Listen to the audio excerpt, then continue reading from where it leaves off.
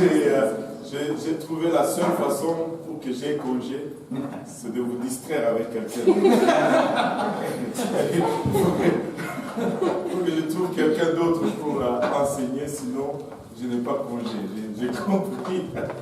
Alléluia. Mais c'est avec beaucoup de joie, beaucoup de plaisir qu'on est en train de vivre ce qu'on est en train de vivre. Il n'y a nulle part ailleurs où je voudrais être un lundi soir, si ce n'est dans ce sous-sol, avec le peuple de Dieu en train de recevoir ou de partager la parole de Dieu. C'est extraordinaire tout simplement. Et aujourd'hui, comme nos frères ont été en ville, et nous avons voulu profiter de sa présence. Et je sais qu'il va chercher la face du Seigneur. Il a une parole pour vous aujourd'hui. Je ne lui ai pas dit ce qu'il doit dire. Ici, on ne dit jamais à quelqu'un qu'est-ce qu'il doit dire. En passant, le jeudi, Pasteur Mantier va enseigner à l'Est.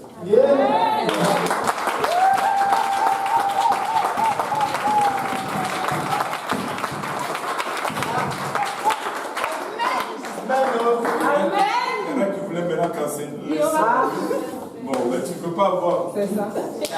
Dans la vie, c'est comme ça. À un moment donné, c'est ça. Donc, soyez là, soyez nombreux. Il m'a demandé est-ce qu'il y a un sujet que tu voudrais que j'adresse. J'ai dit non, parce que le seul sujet que je veux que tu adresses, c'est le sujet que le Saint-Esprit va te donner. Donc, allez là-bas avec assurance qu'il va chercher la face du Seigneur et qu'il va avoir une parole de la part de Dieu pour vous. Et il va être là jeudi soir, et il va être là également dimanche matin, et il va être aussi dimanche ici à 13h. Et du temps qu'il est en ville, nous voulons toujours glaner de son expérience et de sa sagesse. Et nous, donc, ce n'est pas comme si vous allez être au dépourvu quand vous allez rester. Il y a de la bonne viande sur la table. Amen. Et nous anticipons ce que le Seigneur va faire. Alléluia. Bon, voilà. On va s'asseoir. Bienvenue à notre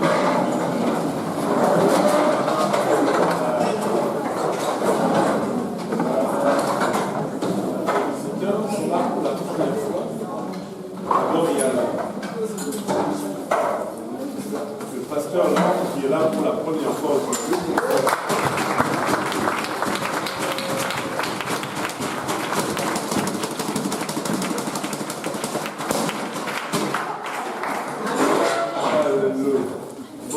Là, je ne suis plus sûr qui est là pour la première fois et qui n'est pas là. Je pense que Laure, c'est pas la première fois, le lundi soir à l'Est, oui, le lundi passé. Bon, c'est quand même comme la première fois.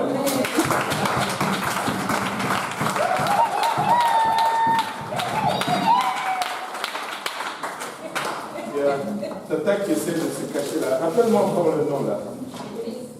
Pardon? Félicienne.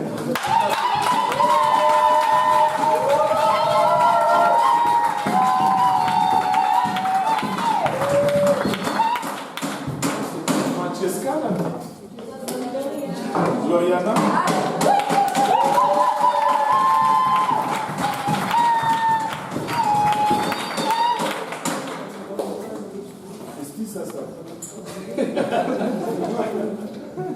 C'est la première fois il y a longtemps.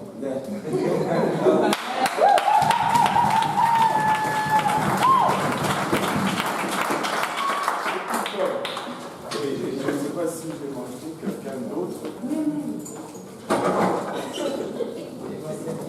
Il y a quelqu'un qui se cache? Donne-moi seulement le nom. Hein? La sœur José, je n'étais pas encore arrivé là. J'arrivais. Il y a Mathéo qui est là pour...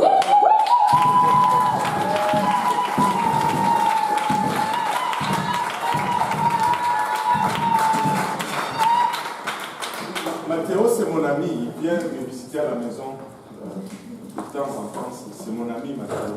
Ah oui, c'est Mathéo, c'est mon ami. Il y a la sœur José qui est là pour la première.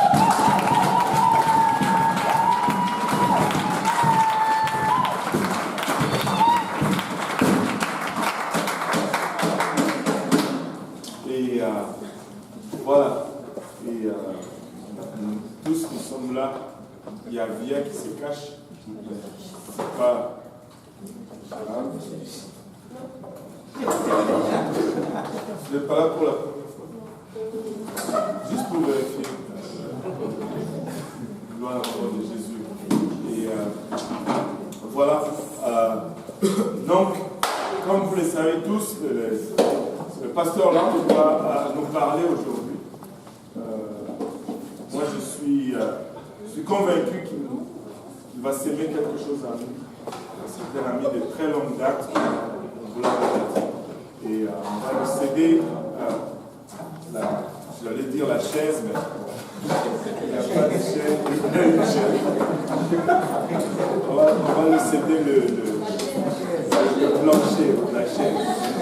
Et prends ta liberté, mon frère, et parle-nous. Je ne sais pas si ça va aller, comme d'habitude, il y a des questions. Ouais, comme tu veux. Si tu veux les questions à la fin, on peut faire les questions à la fin. C'est toi de mettre. Peut-être vers la fin. Ouais. Donc les questions vers la fin, écrivez vos questions. Ok. On va lire dans le livre de Éphésiens. Notre passage sera Éphésiens, le 2e chapitre. 2e chapitre.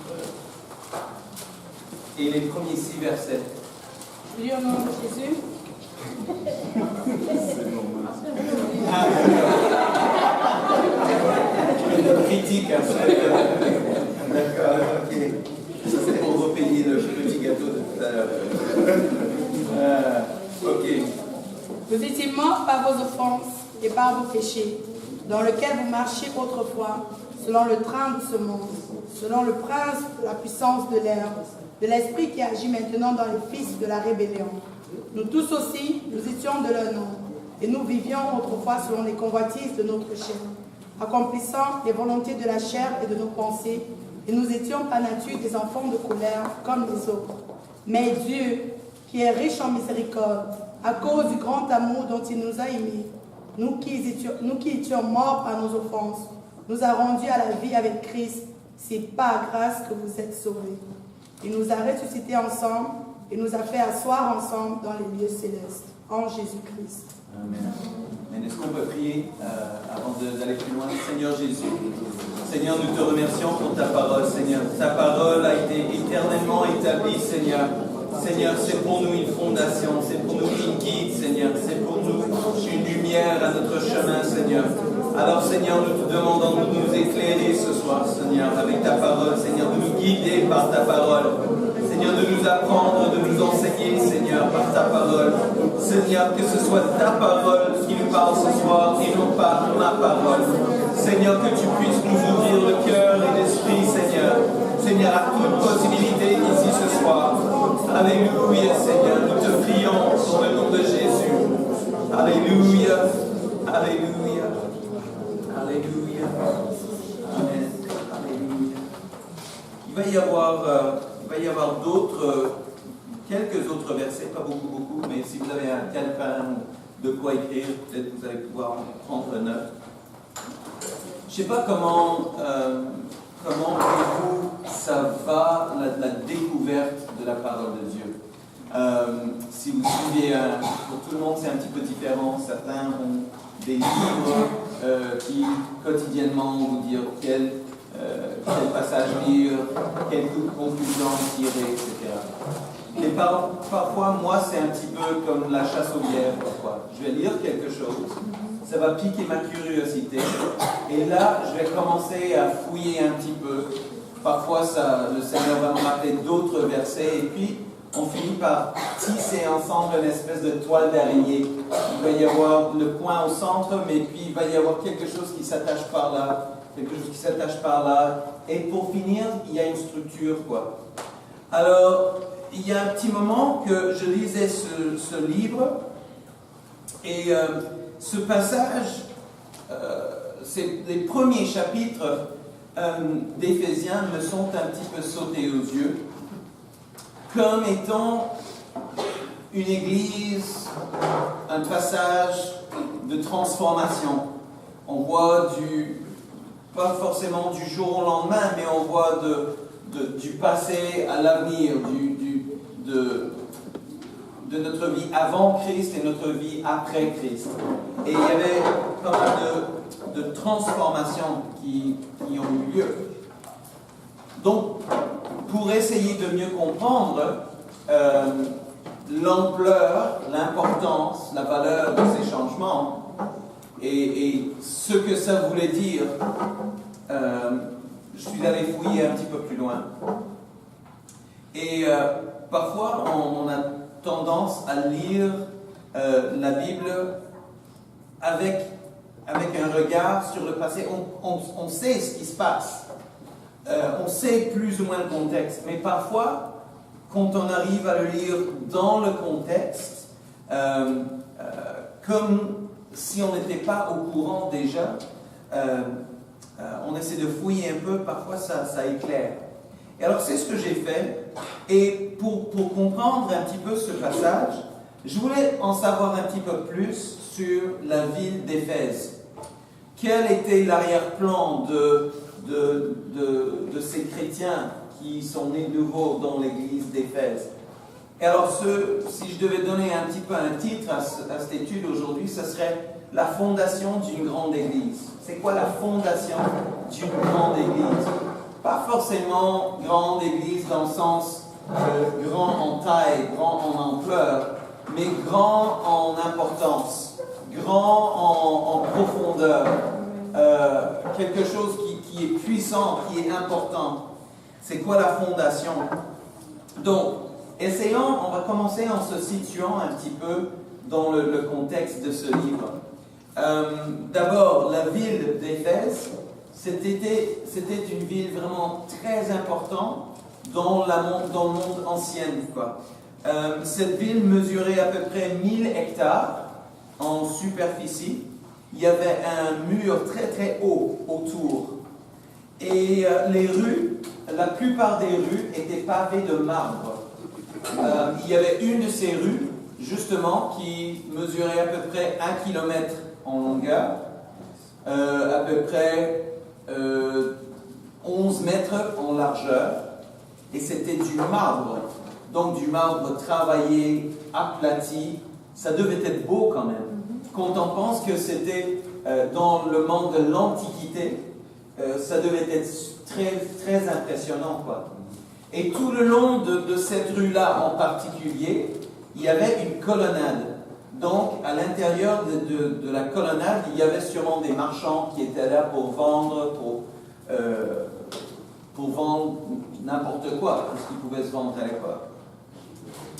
Et au bout de cette rue, à un bout de cette rue, il y avait un amphithéâtre qui était comme creusé dans la montagne. Et dans l'amphithéâtre, il y avait une capacité de 24 000 personnes. Vous imaginez, on pense très très très très très loin ça. Il y a des milliers d'années. Okay? Enfin des milliers.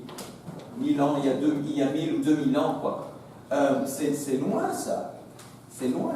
Mais quand même, ils avaient la capacité de se tailler un amphithéâtre de 24 000 places. Pour pouvoir avoir 24 000 personnes, ça devait être une ville importante. Pour pouvoir accueillir tant de monde. Et alors, c'est pour cette raison que c'est une des villes très très très importantes dans l'Antiquité. Une des autres raisons pour laquelle il y avait beaucoup de monde qui s'assemblait à Éphèse, c'était que cette ville-là était au centre du culte rendu à la déesse Diane. Une idole, enfin une déesse qu'on adorait à l'époque. C'était la déesse de la fertilité, donc il y avait beaucoup... La fertilité, c'était très important dans la culture du Moyen-Orient, tout ce qui touchait à la moisson, la récolte, tout ça. Mais il y avait d'autres choses aussi qui se rattachaient à ça. Et ce temple aussi, ça comptait parmi les 7 merveilles du monde de l'Antiquité. La temple en elle-même, il a fallu à peu près 30 ans pour la construire. Le toit de ce temple était soutenu de 127 colonnes de marbre, donc encore du marbre, 127 colonnes. Ces colonnes mesuraient à peu près 2 mètres en diamètre et jusqu'à 60 pieds en hauteur. 127 fois des colonnes ainsi pour soutenir le toit. Ça devait être quelque chose de très, très, très impressionnant. Les femmes de la région, de la ville, mais aussi de la région, tous les coins où on adorait cette déesse, les femmes vendaient leurs bijoux, leurs or, les pierres précieuses pour pouvoir payer le temple, pour pouvoir bien meubler le temple. Les rois de la région envoyaient des meubles, certains des piliers étaient donc des rois de la région. Et ils considéraient, la ville considérait leur relation avec la déesse comme étant une alliance divinement dirigée, divinement établie. Et donc, leur relation avec la déesse était très, très, très importante, était primordiale pour la plupart d'entre eux. On dit que, et c'est écrit aussi en Éphésiens, il y avait une légende qui entourait la statue de la déesse qui était dans le temple. On dit que cette statue est tombée du ciel. Donc il y avait beaucoup les gens étaient émerveillés par tout ce qui touchait à la déesse. Non seulement il y avait la déesse Diane qui était vénérée dans cette ville, mais il y avait jusqu'à 28 autres idoles qui étaient adorées, pour lesquelles il y avait des temples, des hauts lieux, etc., dans la ville. Rattachés à l'adoration, il y avait des rites mystérieux, des rites mystères, des choses qu'on faisait, mais il ne fallait pas trop poser de questions, parce que sinon ça pouvait offenser la déesse. Il fallait simplement obéir. Il y avait beaucoup de magique. Il y avait un culte de magique. C'était un centre très très important dans l'Antiquité pour la magie. Et donc tout ça était rattaché à l'adoration de cette déesse.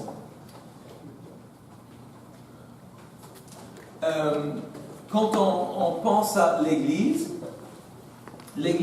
en général,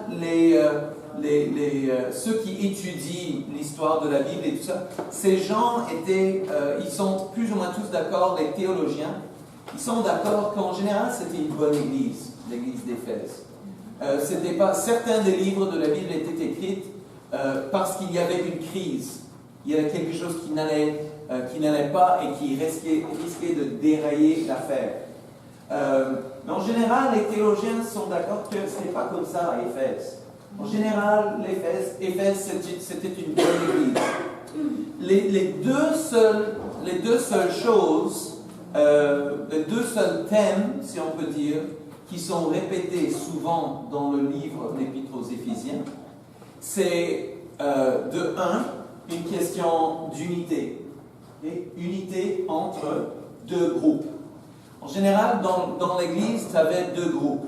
Tu avais ceux qui sont issus de la religion juive, donc ils avaient un arrière-plan religieux. Ils avaient un arrière-plan où ils croyaient en un seul Dieu, de l'unicité de Dieu. Ils avaient des notions de ce qui était correct et pas correct en ce qui touche à la foi, à la question de l'adoration de Jésus. Mais tu avais un autre groupe, ceux qui sont issus, on peut dire, des nouveaux chrétiens.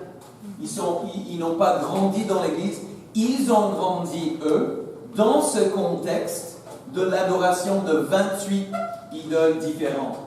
Donc, ils avaient des gens de la famille qui adoraient un tel, d'autres gens de la famille qui adoraient un autre, d'autres gens de la famille qui adoraient un autre.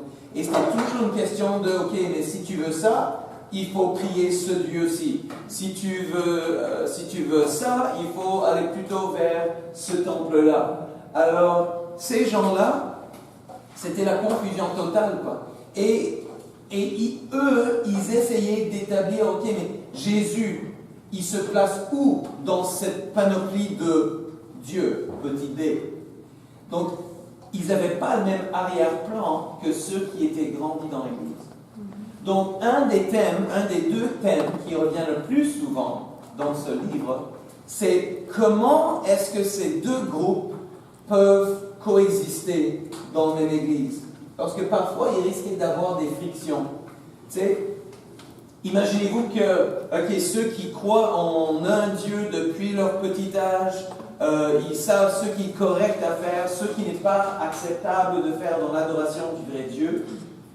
Imaginez-vous qu'ils voient quelqu'un de nouveau qui se dit chrétien, qui fait partie de l'Église, mais par ignorance, il va faire quelque chose où il va démontrer une peur vis-à-vis de tel ou tel autre Dieu, où il va prendre comme acceptable telle ou telle pratique. Dans l'ignorance, il n'est pas au courant que ce n'est pas acceptable. Donc, imagine, celui qui a grandi dans l'Église, il peut être choqué, quoi. Il peut dire, mais attends, mais tu te dis chrétien, tu fais ça, mais voyons, ça ne va pas. Hey, okay. Donc, il fallait tisser ensemble ces deux groupes. Ça, c'était un des deux thèmes qui revenaient le plus souvent. Le deuxième thème, c'est comment vivre une vie chrétienne dans un environnement qui est complètement païen. Comment se distinguer en tant que chrétien